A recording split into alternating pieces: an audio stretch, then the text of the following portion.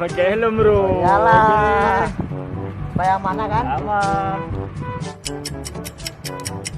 Oke bro. Bro. Oke. Let's go.